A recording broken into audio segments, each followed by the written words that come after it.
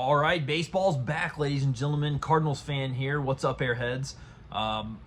Obviously, if you're a Cardinals fan, not exactly the way you wanted today to go. Tough loss, 7-1 to the Los Angeles Dodgers. You know, this is game one of 162, though, so I think Cardinals fans definitely need to put it into perspective. Also, obviously, going into the season, you got to think that the Dodgers are, quite arguably, I'd say them or the Braves, the absolute best team on paper. We're drawing Tyler Glasnow, probably their best pitcher. Obviously, you know, he got the first start over in Korea, and he got the first start here in American soil against the Cardinals. And then their lineup, obviously, 1 through 3. I think it's a hot take, but maybe really not that hot. 1 through 3, the Dodgers might have the best lineup ever. I don't know that. I mean, you could definitely make the argument.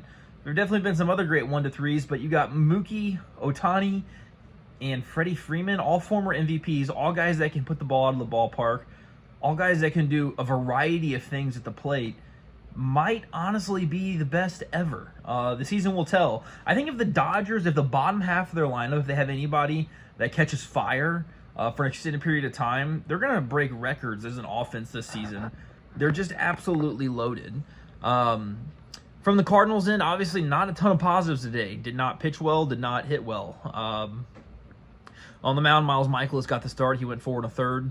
And honestly, in the first inning, I think it was a microcosm of really what Miles Michaelis is. I mean, he's got to be a guy that pitches to contact, walks Mookie Betts to start the game. Not what you want to do. With Michaelis, I think walks translate to runs because he's going to give up hits. There's no doubt about it. And whenever you're facing the Dodgers, who have that formidable 1 through 3, walking the first guy is probably not going to work out well for you. So Shohei Ohtani gave us a little bit of a break, trying to stretch a double into a triple, but didn't send Mookie. So got, you know, an easy out there. Otherwise, it could have been an even bigger hole after that first inning. It probably should have been. But ultimately, Michaelis has to pitch to contact, and he's going to get hit sometimes. That's the pitcher that he is. I think that the problem with him pitching today, what didn't work out well for him today, is he couldn't really generate swings and misses from especially that top half of the lineup. You know, in the first inning, through almost 30 pitches, did not get a single swing and miss. So that's, you know, obviously as a starting pitcher in the Major League Baseball, especially in 2024, that's really not what you're looking for. So hopefully Michaelis, you know, he's got always a great attitude ball player. Hopefully he comes out in the next start and is a lot more positive and does a lot better. So we'll see there. I think as far as pitching goes, the only other pitcher from the Cardinals that I'd like to even talk about is Matthew Liberatore. I thought he came out and I thought he looked good that last inning. I mean, we only got to see 1 inning.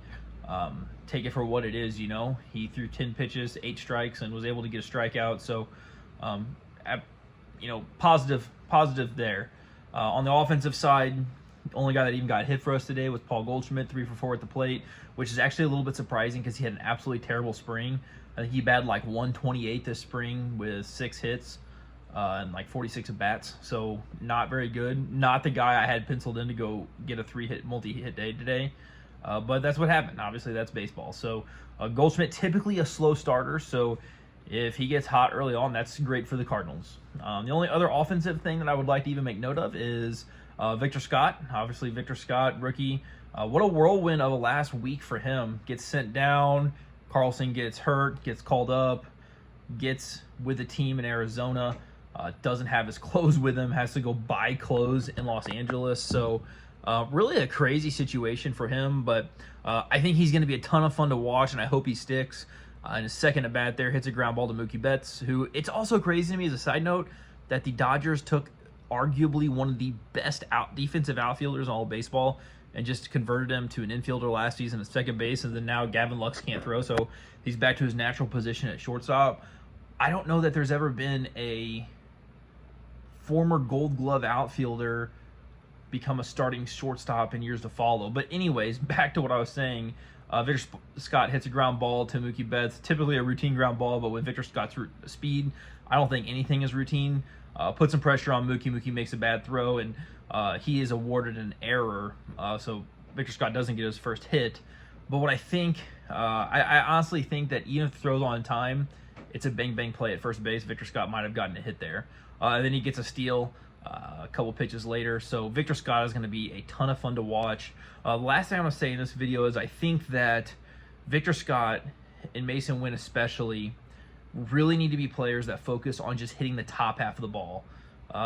Getting under the baseball is not going to be great for them. They need to focus on top half of the ball, put the ball on the ground, and use their legs to give them more opportunities to put pressure on the defense and to get on base. So I think that's probably their game plan anyways. So it probably goes without saying. But that's what I want to see out of them moving forward. Don't want to see fly balls out of them. So that's it. Luckily tomorrow is a new day, and we'll get to see game number 2. Excited to see it.